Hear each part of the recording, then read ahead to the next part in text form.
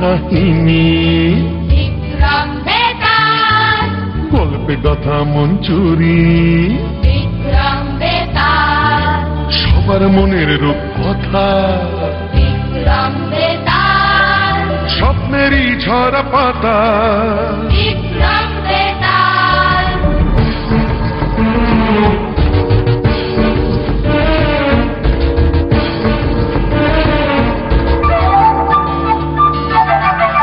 জীবনের মোড়কে গল্প হাজার, নীল লাল সাদা কালো রঙের বাহার, কল্পনায় রূপকথায় মিলে একাকার, তাই নিয়ে আসছে পর্দায় এবার বিক্রম বেতাল, বিক্রম বেতাল, বিক্রম বেতাল, বিক্রম বেতাল, বিক্রম বেতাল।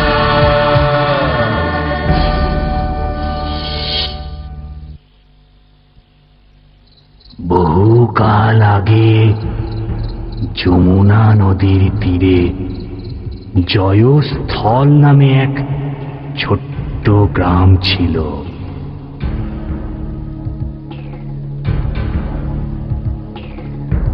সেখানে কেশব শর্মা নামে এক ব্রাহ্মণ বাস করতেন।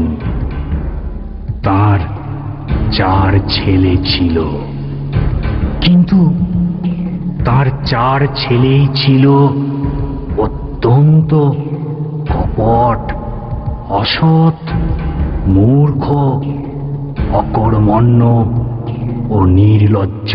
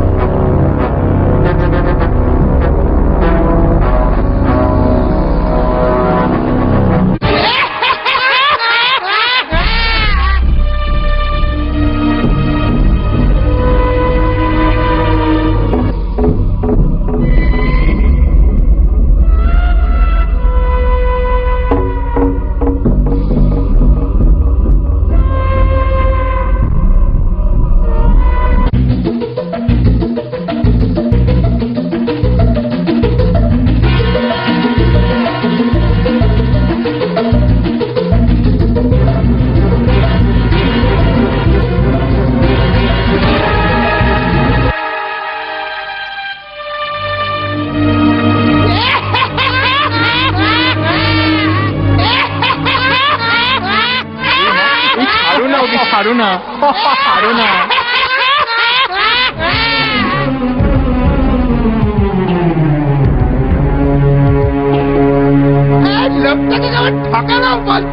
কি বাবা, বেটাকে মোক্ষম ঠকান ঠকিয়েছি আমরা, কি বলে?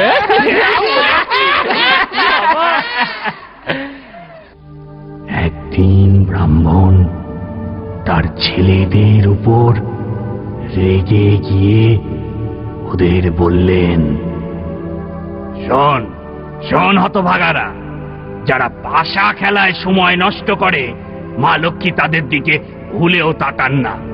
যে চরিত্রহীন হয় তাকে শেষ পর্যন্ত চুরির আশ্রয় নিতে হয়। তার চারদিকেই অন্ধকার, বুঝলি? এর ফলে এক সময় তাকে রসাতলে যেতে হবে। আর যারা নির্লজ্জ, তাদের উপদেশ দেওয়া বা মন্দ কথা বলা সবই বৃথা।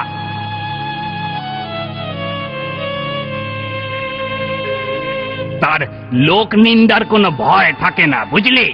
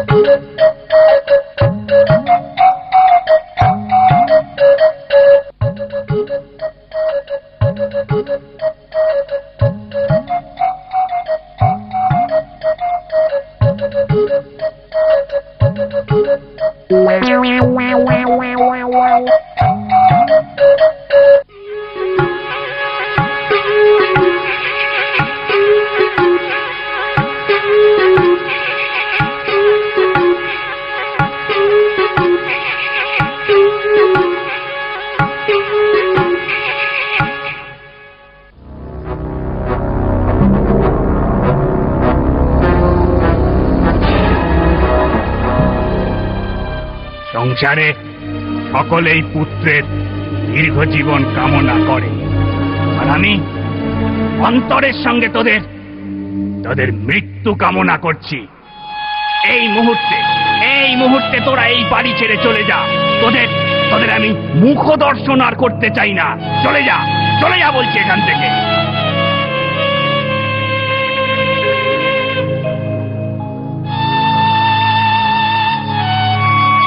সত্যি বাবা ঠিকই বলেছেন। আমরা সর্বদা শঠতা কপটতা এই করেই জীবন কাটিয়েছি। হ্যাঁ, ঠিকই বলেছো তুমি। কারোর কোনো উপকারে তো আসতেই পারিনি, বরং শুধু অপকারই করেছি। বাবা আমাদের যোগ্য শাস্তি দিয়েছেন। তোমরা ঠিকই বলেছ। তাই আজ থেকে আমরা আর কোনো কুকর্ম করব না। চলো আমরা আমাদের পাপের প্রায়শ্চিত্ত করি। ঘর সংসার ছেড়ে আমরা বেরিয়ে পড়ি বিদ্যার্জনের তাগিদে। হ্যাঁ, তাই চলো। শোনো তবে, আমরা চারজন চারদিকে রওনা দেব। আমি যাব উত্তরে, আমি যাব দক্ষিণে, আর আমি যাব পূব দিকে, আর আমি যাব পশ্চিমে। 1 বছর কাল ধরে বিদ্যার্জন করে আমরা আবার এখানেই এসে মিলিত হব। ঠিক আছে। এবার তবে চলো, আমরা সবাই বেরিয়ে পড়ি। চলো সবাই বেরিয়ে পড়ি। হ্যাঁ চলো। এরপর 4 ভাই চারদিকে বিদ্যা অর্জনের তাগিদে বেরিয়ে পড়ল।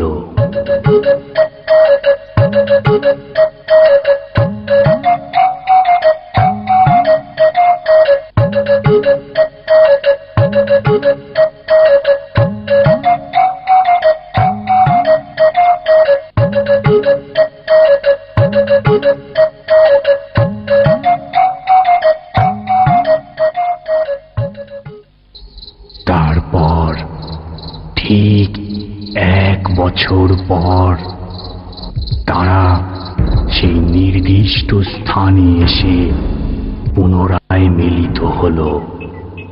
হ্যাঁ, তুমি এসে গেছো? তো সেজু আর ছোট তো এখন এসে পৌঁছলো না।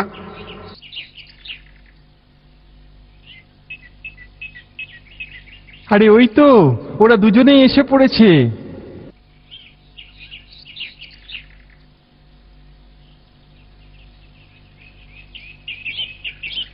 আচ্ছা, এবার বলো, এই 1 বছর ধরে তোমরা কি বিদ্যা অর্জন করলে? আমি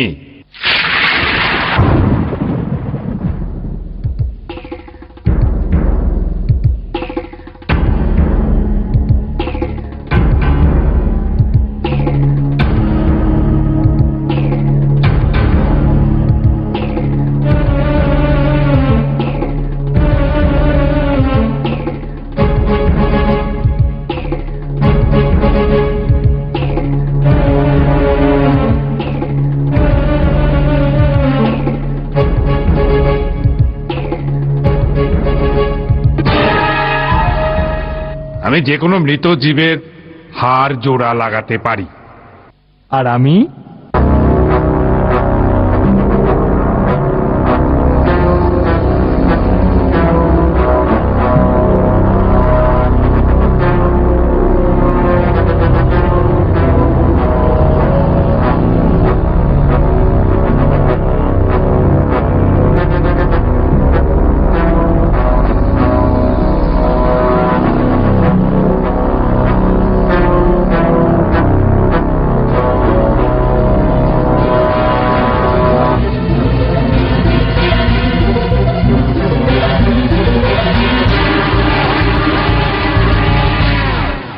সেই হাড়ের উপর মাংস লাগিয়ে দিতে পারি। হ্যাঁ, আমি ওই মাংসের উপর চামড়া লাগিয়ে দেব।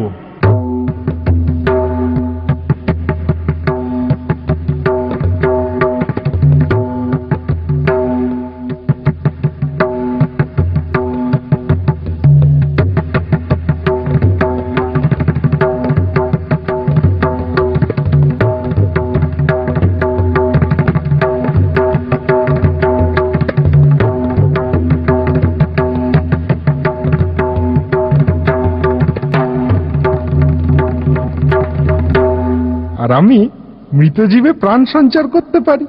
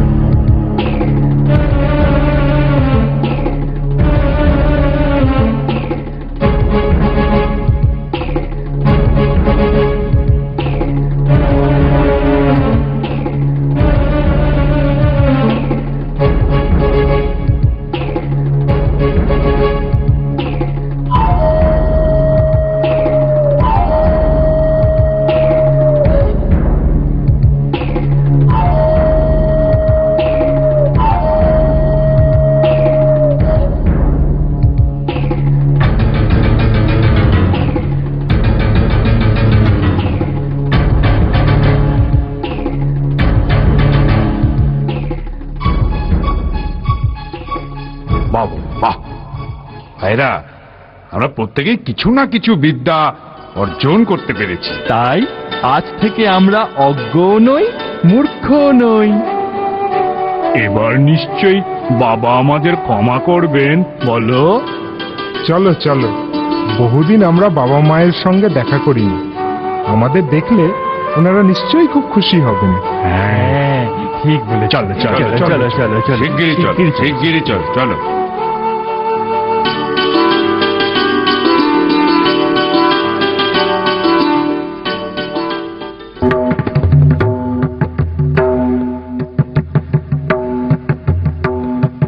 এই দেখো দেখো, একটা মৃত প্রাণীর হাড় পড়ে রয়েছে। আচ্ছা, তুমি তো হাড় জুড়ে দিতে পারো, তবে দাও জুড়ে। আর মেজো ভাই, তুমি তারপরে ওই হাড়ের উপর মাংস লাগিয়ে দিও। হ্যাঁ, আমি ওই মাংসের উপর চামড়া লাগিয়ে দেব। আর আমি ওই মৃত প্রাণীর দেহে প্রাণ সঞ্চার ঘটাবো। হ্যাঁ, চলো চলো চলো, এতে আমাদের বিদ্যার পরীক্ষাও হয়ে যাবে। হ্যাঁ, ঠিক বলেছ, ঠিক হ্যাঁ, বলেছ। চলো চলো চলো, সবাই। চলো। হ্যাঁ, চল।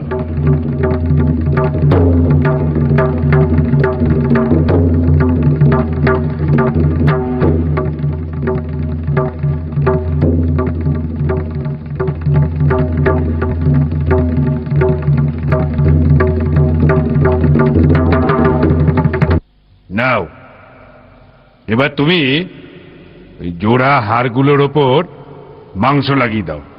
এক্ষুনি দিচ্ছি।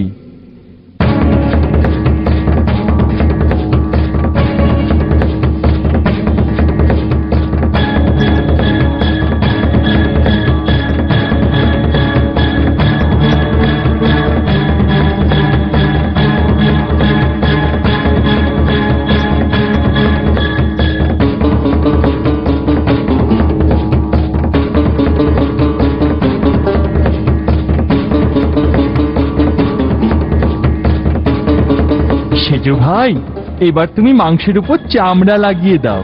হ্যাঁ, এই নাও।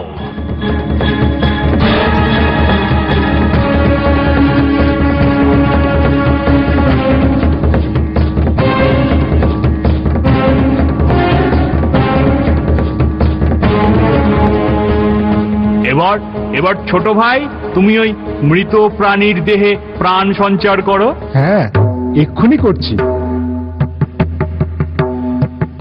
দাঁড়াও, এ তো একটা বাঘ। একে যদি আমরা প্রাণ সঞ্চার করি তাহলে এ তো উল্টে আমাদেরই খেয়ে ফেলতে পারে। ও, তোমরা তোমাদের বিদ্যা দেখালে আর আমার বেলায় যত দোষ। ঠিক আছে, প্রাণ সঞ্চার করো।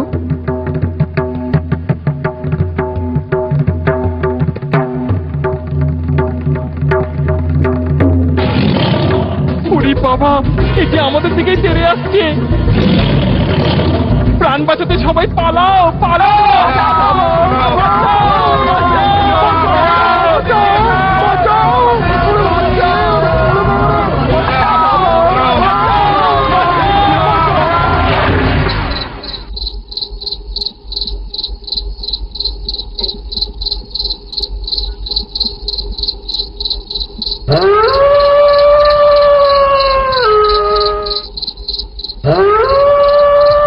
এবার বলো তো মহারাজ, এই গল্পে 4 ভাইয়ের মধ্যে কে সব থেকে বেশি বোকা?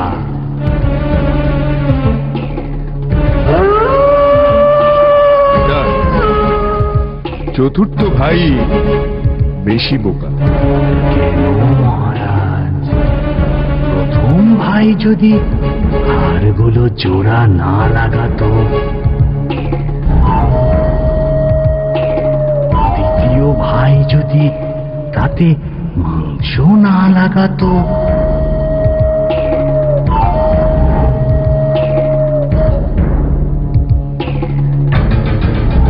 আর তৃতীয় ভাই যদি সেই মাংসের উপর চামড়া না লাগাতো,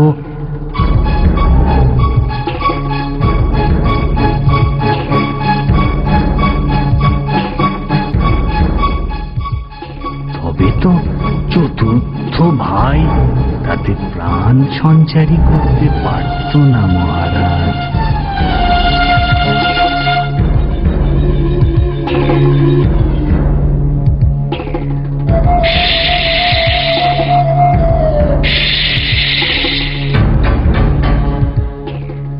বেশি বোকা চতুর্থ জনই কেন মহারাজ?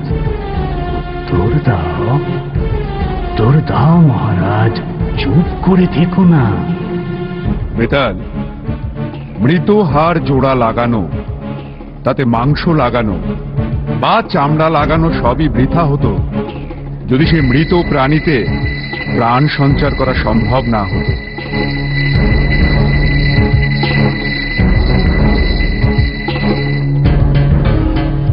মৃত বাঘের শরীরে প্রাণ দিয়ে চতুর্থ ভাই সেই বোকামিটাই করেছে, কারণ বাঘের প্রাণই যদি না থাকতো তবে সে আক্রমণ করত কি করে?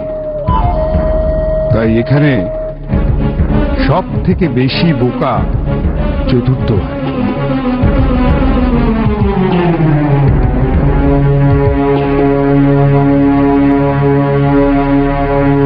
যথার্থই তোমার উত্তর মহারাজ। জয় জয় হোক মহারাজ বিক্রমাদিত্য। কিন্তু মহারাজ, আমাকে নিয়ে যাবার শর্ত তুমি লঙ্ঘন করেছ। তাই আমি চললাম মহারাজ, আমি চললাম। বেতাল, আমি চললাম। বেতাল!